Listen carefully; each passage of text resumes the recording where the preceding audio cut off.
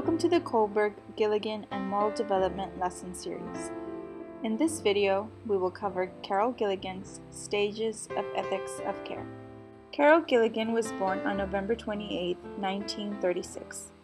She completed her PhD at Harvard in 1964 at the age of 28. In the early 1970s, Gilligan worked with Erik Erikson and Lawrence Kohlberg at Harvard, teaching psychology in the traditions of Freud and Piaget, and also completed research in moral development alongside Kohlberg. It was during the researching that Gilligan began to see that Kohlberg's theory of moral development scale was confined to a stereotypical picture. She believed that the progression of children's moral reasoning changed as their lives changed. Kohlberg's research was administered to male adolescents from the ages of 10 to 16. Females were not researched because they typically scored lower.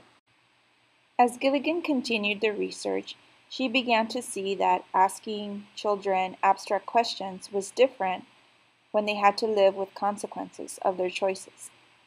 The same year that Roe v. Wade was passed, she began her work for her book, In a Different Voice, in which she interviewed 23 teenagers in abortion decision studies.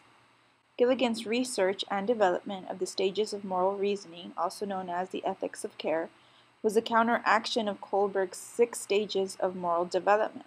She felt that girls and women often approached moral decisions in a way that was different from what male researchers had identified as the norm. Kohlberg's 6-stage system of moral development was torn apart by Gilligan. Her findings yielded a 3-stage system of moral reasoning. We're going to be learning about the system using visuals. We'll also look at some practical examples for every stage to further clarify. The pre-conventional stage. In this stage, a person only cares for themselves in order to ensure survival. The first stage is the orientation to individual survival. In this stage, the individual is concerned solely with herself, and she perceives herself as powerless. Let's explore the pre-conventional morality stage with a real-life example. This story appeared in the news on January 20th, 2015. It was of a letter that was hidden away for decades. A husband and wife who wanted children but could not have any because she was barren. She passed away childless but left a secret behind. A secret hidden in a filing cabinet that her husband found while he was cleaning out her belongings. The letter read, "I have a little boy. He is 5 years old now. What I'm trying to say, Tony, is he is your son. He was born November 13th, 1953.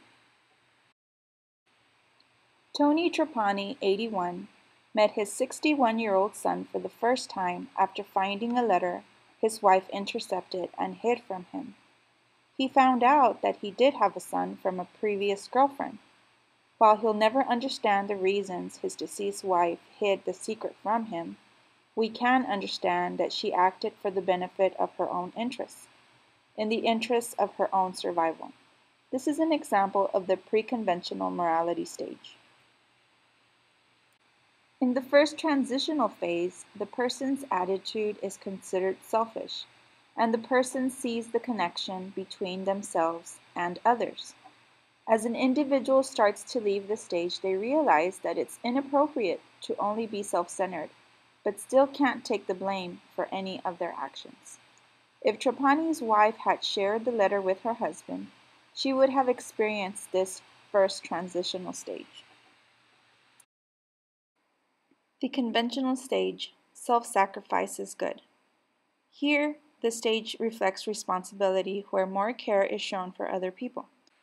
In this second level of self-sacrifice is when the individual begins to define being good as sacrificing herself for the good of others. Gilligan also provides an example of a mother and a child where a mother will ignore her own needs in order to care for the needs of a child. On December 14, 2015, Katrina Dawson, age 38, was meeting her pregnant friend and colleague Julie Taylor for coffee at their regularly visited cafe. She didn't know that on that day a self-styled terrorist would be coming into the cafe. It was a 17-hour siege that ended with the murder of 2 innocent people, one being Katrina. She died in the cafe while protecting her pregnant friend during the firefight. She was a mother to 3 young children ages 8, 5, and 3. This is an example of the conventional morality stage. In the second transitional phase, tensions between responsibility of caring for others and caring for oneself are faced. The transition period of this level consists of the individual realizing that it is honest to take care of their well-being into account when making a decision. If you've ever traveled by air, you know that one of the procedures in case of an emergency is to first place the oxygen mask on yourself, regardless of who is sitting next to you.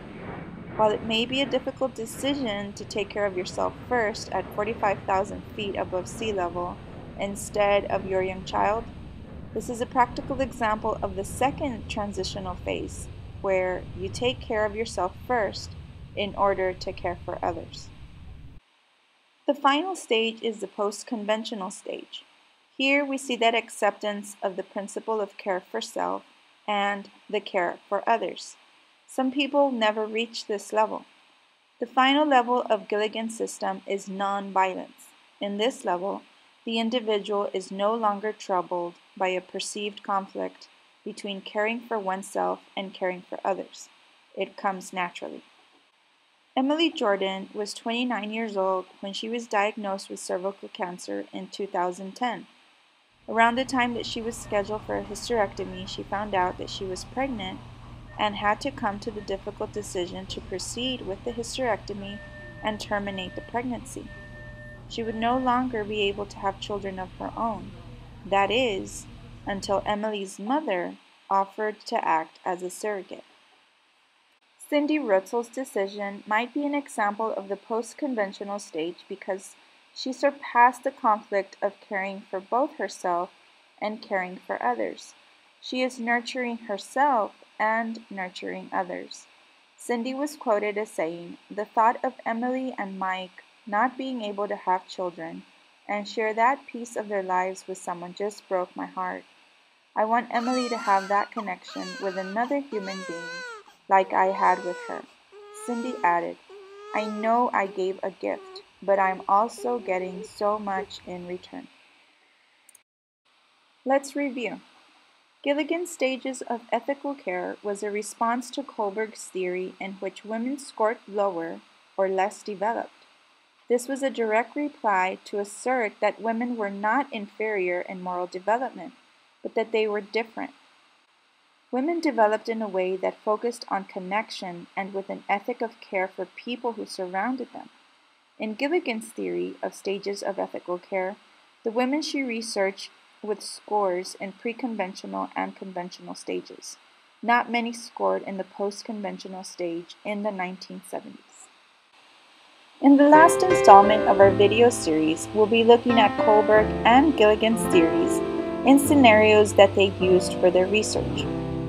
The final video in the lesson series will have scenarios that you will need to view in order to answer the discussion questions and interact with 3 other classmates as stated in the syllabus.